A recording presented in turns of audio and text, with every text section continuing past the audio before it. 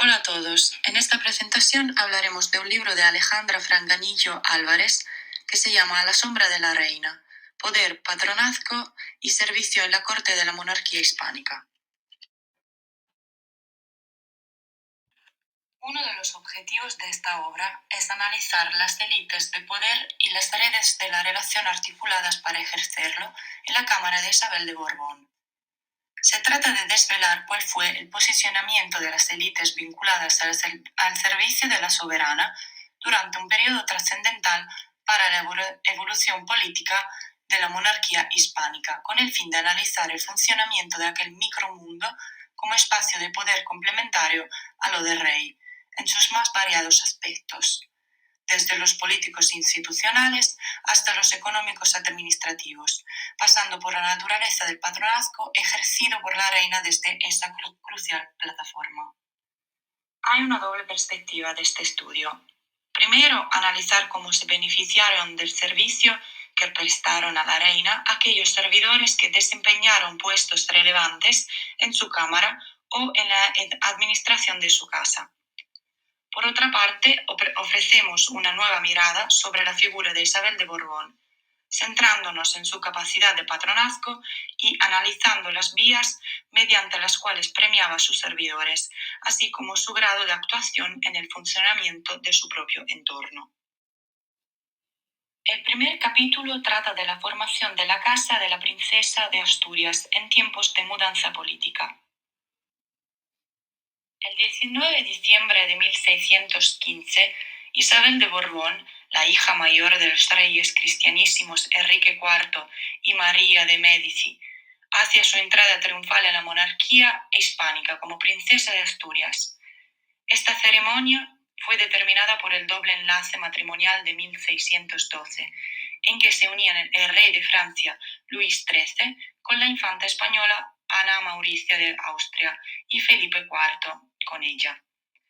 Bodas que ratificaban la paz de Verniers y restablecieran la cordialidad entre ambas coronas. Lo mismo que tenía que hacer la boda entre Isabel y Felipe, lograr una paz perpetua. Ella aseguraba la paz complementando de esta manera la imagen del rey a quien se le asociaba con la guerra. Por eso había una mezcla de servidores de una corona y de la otra en las cortes correspondientes. A las tensiones derivadas de la desigualdad de servidores de uno y otro bando se sumió la significativa diferencia existente entre los oficios y en la manera de servir en ambas cortes, y el peligro de la actuación de los servidores como espías por su país. En octubre de 1618, las relaciones entre Francia y la monarquía se retrotrajeron al periodo anterior a los dobles matrimonios. Luis XIII declaró la expulsión de las españolas y ordenó a su embajador en Madrid no volver a entrar en el aposento de la princesa Isabel. Mientras tanto, hubo cambios en la corte, incluyendo la caída en desgracia del favorito, que perdió su poder en el otoño de 1618, y el 26 de marzo del mismo año, Lerma se convirtió en cardenal y sus oficios pasaron en manos de su primogénito, el duque de Uceda. El segundo capítulo trata sobre la nobleza, el servicio y el patronazgo, enfocándose en el papel de las mujeres en las estrategias familiares. Fueron dos las vías que los Habsburgo de Madrid emplearon para fortalecer la cohesión de la nobleza periférica de la monarquía. La primera preveía la incorporación de las hijas de estos aristócratas al servicio de Isabel de Borbón y matrimonios mixtos que concedían títulos nobiliarios. Y la otra favorecía las uniones nobiliarias para lograr que Felipe IV se convirtiese en rey de un único reino, integración de las élites transnacionales para fomentar la expansión geográfica. Pero estas estrategias no tuvieron mucho éxito. Si miramos al gráfico donde se ven las diferentes proveniencias de las servidoras de Isabel, donde la mayoría son hispánicas, un pequeño porcentaje debido a las relaciones estrechas con Francia y lo mismo por parte de Portugal. Por lo que concierne el número de damas italianas, fue menor a las de sus antecesoras Margarita y Isabel de Valois, algo sorprendente dado que su madre era italiana. Las dos únicas localizadas son genovés, ninguna de Nápoles, Sicilia o Cerdeña. Esto demuestra que la vía cortesana fue uno de los instrumentos a los que recurrieron ciertos financieros genoveses para integrarse en la sociedad hispánica u adquirir el capital simbólico y la importancia fundamental de la familia como órgano de la sociedad del antiguo régimen en general y en la República de Génova en particular. El caso de Flandes desvela el escaso interés de la corona y de la nobleza de ambos territorios a reforzar las relaciones debido al largo conflicto militar que generó entre la nobleza castellana una profunda desconfianza hacia los flamencos. Por eso el mestizaje nobiliario a través de enlaces matrimoniales continuó sin tener éxito. El análisis de la genealogía de las damas de Isabel revela una escasa presencia de la grandeza de España, linajes nobiliarios más antiguos. La mayor presencia de nobleza nueva en la casa de la reina tuvo mucho que ver con la necesidad del conde-duque de premiar a los miembros de sus redes clientelares, a quienes también instaló en los consejos de la monarquía. Asimismo, es probable que la mala relación del válido con la grandeza de España se tradujera en un intento por alejarles de los puestos palatinos. El capítulo siguiente se centra en las figuras de los válidos y sus familias, pugnas cortesanas por el control de la Cámara. El 31 de marzo de 1621 fallecía Felipe III.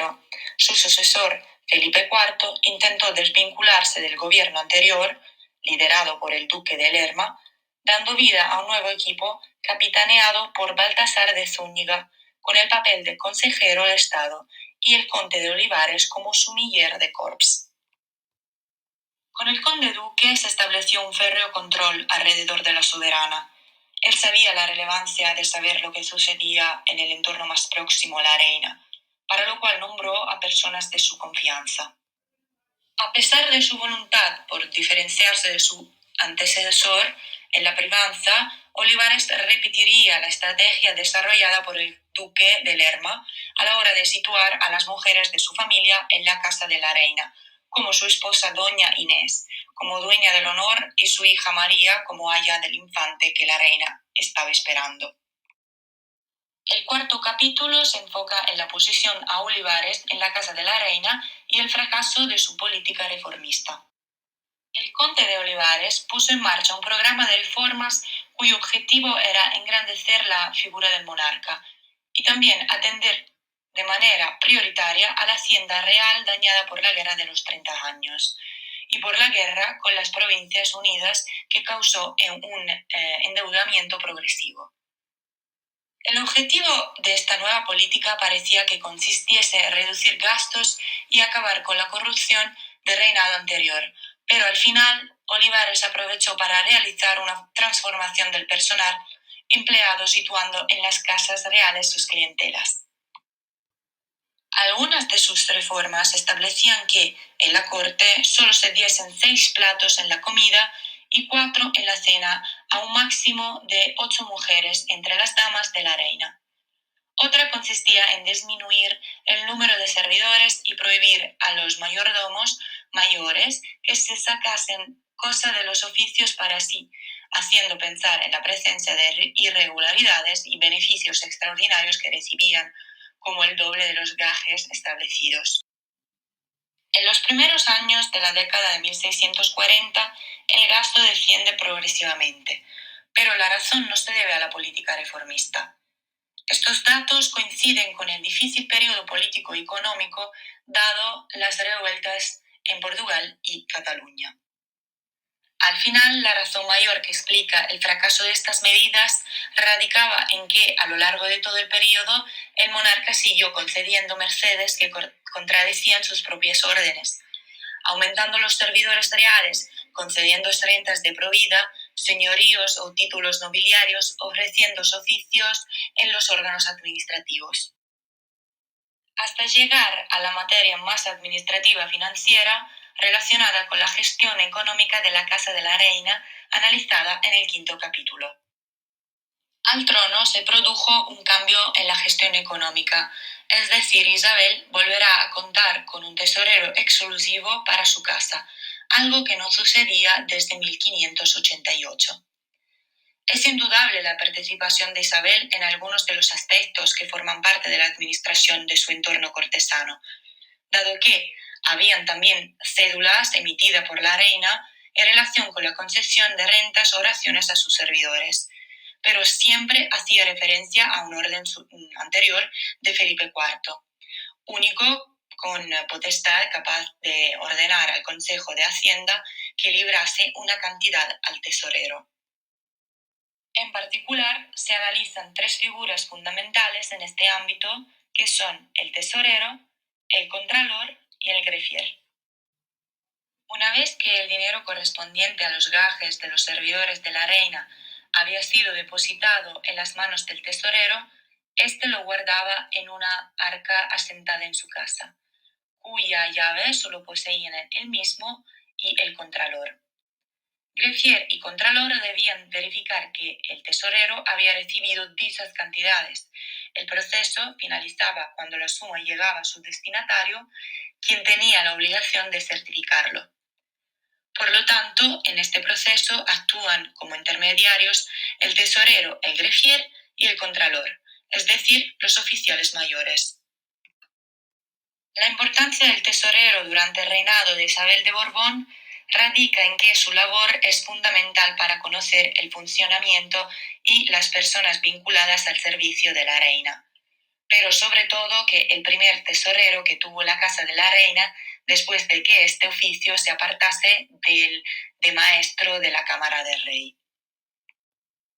El oficio de tesorero de la reina era el equivalente al maestro de cámara en la casa del rey, o sea, preocuparse de solicitar las órdenes necesarias para cobrar el dinero con el que se pagaban los ordinarios y la despensa y gajes de criados, así como de asegurar que se cobrase con puntualidad y las cantidades pertinentes, dando cuenta de todo ello al mayordomo mayor o el bureo, órgano que formaba parte.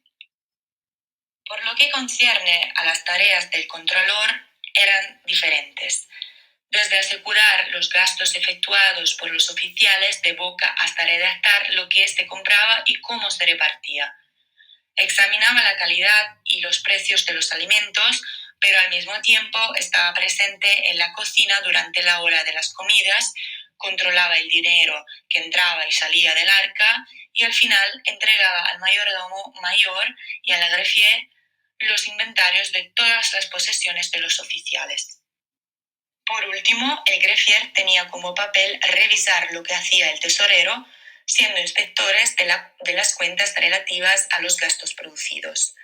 Apuntaba en libros los asientos y los gajes de todos los servidores de la reina, junto con los gastos diarios. Rellenaba las nóminas de los servidores y registraba todas las etiquetas antiguas y nuevas en un libro. Para concluir, también desempeñaba el papel de secretario del bureo en las reuniones, leyendo las consultas y los decretos. En el penúltimo capítulo aborda el ejercicio de poder de Isabel de Borbón durante sus gobernaciones en 1626, 1632, 1642 y 1644. Cuando Felipe IV inició su jornada en 1642 para unirse al ejército en Aragón, delegó en Isabel de Borbón el gobierno de los territorios hispánicos durante los meses en los que se desplazó al frente de guerra. Ya lo había hecho en 1626 y en 1632 para la celebración del proyecto de unión de armas a la que se unieron Aragón y Valencia.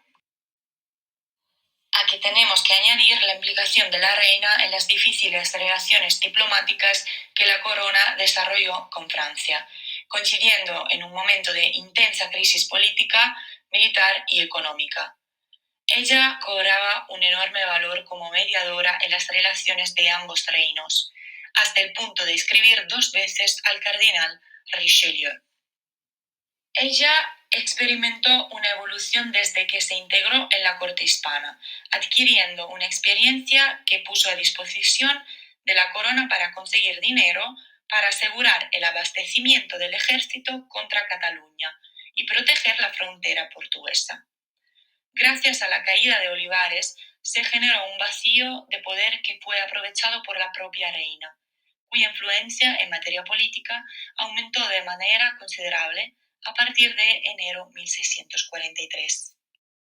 Finalmente, la obra se concluye con la intervención de Isabel de Borbón en la caída de Olivares.